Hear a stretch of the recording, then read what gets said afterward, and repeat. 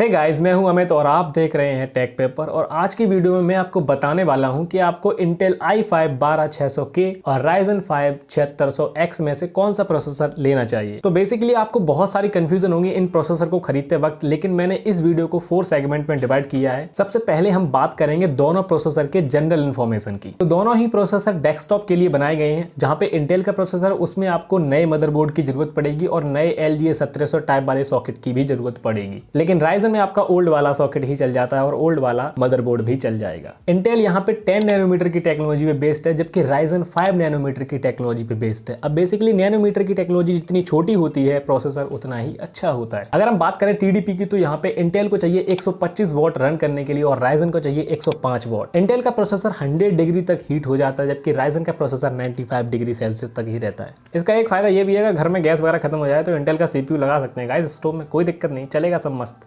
अब यहाँ पे दोनों ही प्रोसेसर अनलॉक हैं, इनको हम ओवरक्लॉक कर सकते हैं और यहाँ पे साथ ही साथ दोनों प्रोसेसर PCI 5 सपोर्ट करते हैं। अगर आप कोई बड़ा सेटअप कर रहे हैं जैसे ट्रेडिंग वगैरह के लिए, तो यहाँ पे आप 4 मॉनिटर 4 डिस्प्ले एक साथ कनेक्ट कर पाएंगे। दूसरे नंबर पे हम बात करेंगे परफॉर्मेंस के बेसिस पे। तो इंटेल के i5 12600K में आपको 10 कोर देखने को मिलती हैं, जिनमें से 6 पावर कोर हैं और 4 एफिशिएंट कोर हैं। जो 6 पावर कोर हैं वो यहाँ पे 3.7 गीगाहर्ट्ज पे रन करती हैं, जबकि जो एफिशिएंट कोर हैं वो 2.8 गीगाहर्ट्ज पे रन करती हैं। लेकिन इंटेल में आपको देखने को मिलती हैं 6 कोर जो कि 4.7 गीगाहर्ट्ज पे रन करती हैं। That's impressive. तो अब अगर हम बात करें थ्रेडिंग की, तो इंटेल की जो पिछली सीरीज जितनी भी आती थी, जो पिछली जनरेशन थी, उनमें थ्रेडिंग बहुत कम देखने को मिलती थी। लेकिन जब से इंटेल की 12th जनरेशन आई है तो यहाँ पे थ्रेडिंग भर भर के दी गई है। आप यहाँ पे भी मल्टीटास्किंग काफी आसानी से, काफी अच्छी तरीके से कर पाएंगे। इंटेल वाले में आपको देखने को मिल जाते हैं 16 थ्रेड, जबकि Ryzen में आपको देखने को मिलते हैं 12 थ्रेड। यहाँ पे इंटेल का प्रोसेसर 4.9 गीगाहर्ट्ज की फ्रीक्वेंसी को हिट करता है, जबकि Ryzen वाला 5.3 गीगाहर्ट्ज पे हिट मारता है। अगर यहाँ पे L2 कैश मेमोरी की बात करें तो इंटेल में आपको 9.5 MB की L2 कैश मेमोरी देखने को मिलती है, जबकि Ryzen में आपको 6 MB की देखने को मिलती है। अगर L3 कैश मेमोरी की बात करें तो इंटेल में आपको 20 MB की कैश देखने को मिलती है, जबकि Ryzen में आपको 32 MB की कैश देखने को मिलती है। बेसिकली जितनी ज़्यादा कैश मेमोरी होगी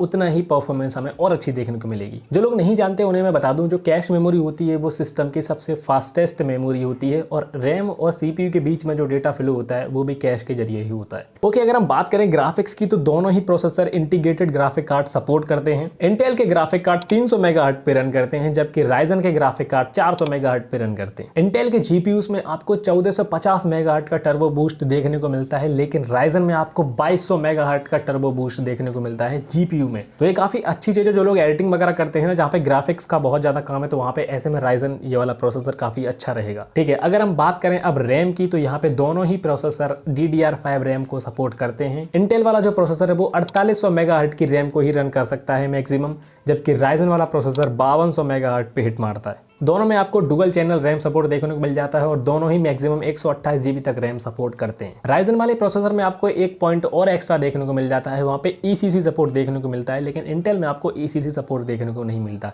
ECC का मतलब बेसिकली होता है एरर करेक्टिंग कोड, जो कि डेटा करप्शन में यूज होता है। तो ठीक है, अब तक हमने इन दोनों प्रोसेसर को खोल डाला, एक तरह से सब स्पेसिफिकेशन जान लिए। अब अगर हम बात करें मेरे ओपिनियन की, तो भाइयों बहनों, मैं तो यहाँ पे हमेशा आपको प्रेफर करूंगा कि आप इंटेल का छोड़ के Ryzen का लें, अगर आपका बजट थोड़ा टाइट है तो। अगर आपके साथ बजट का कोई इशू नहीं है तब आप इंटेल में जाएं, कोई दिक्कत नहीं है, बहुत ही अच्छा प्रोसेसर है इंटेल का। बेसिकली मैंने यहाँ पे कुछ पॉइंट्स आउट किए हैं जो कि मुझे लगता है कि हाँ, Ryzen का प्रोसेसर आपको लेना चाहिए इन दोनों के बीच में। सबसे पहली बात, Ryzen वाले प्रोसेसर में आपको 400 मेगाहर्ट्ज की हायर रैम सपोर्ट देखने को मिलती है। दूसरी बात, Ryzen में आपको 100 मेगाहर्ट्ज की फास्टर GPU देखने को मिलती है। तीसरा पॉइंट यहाँ पे ये है कि 5 नैनोमीटर की टेक्नोलॉजी काफी मस्त चलती है। Ryzen वाले में 0.4 गीगाहर्ट्ज टर्बो बूस्ट हाई है, 20 वाट की पावर भी कंजम्पशन लो है और गर्म भी थोड़ा कम होता है, 95 डिग्री तक ही जाता है। अगर L3 कैश मेमोरी की बात करें तो Ryzen में यहाँ पे 12 MB कैश मेमोरी ज्यादा है। साथ ही ECC सपोर्ट आपको देखने को मिल जाता है Ryzen में, और साथ ही साथ यहाँ पे आपको 750 megahertz faster GPU turbo boost देखने को मिलता है Ryzen वाले प्रोसेसर में।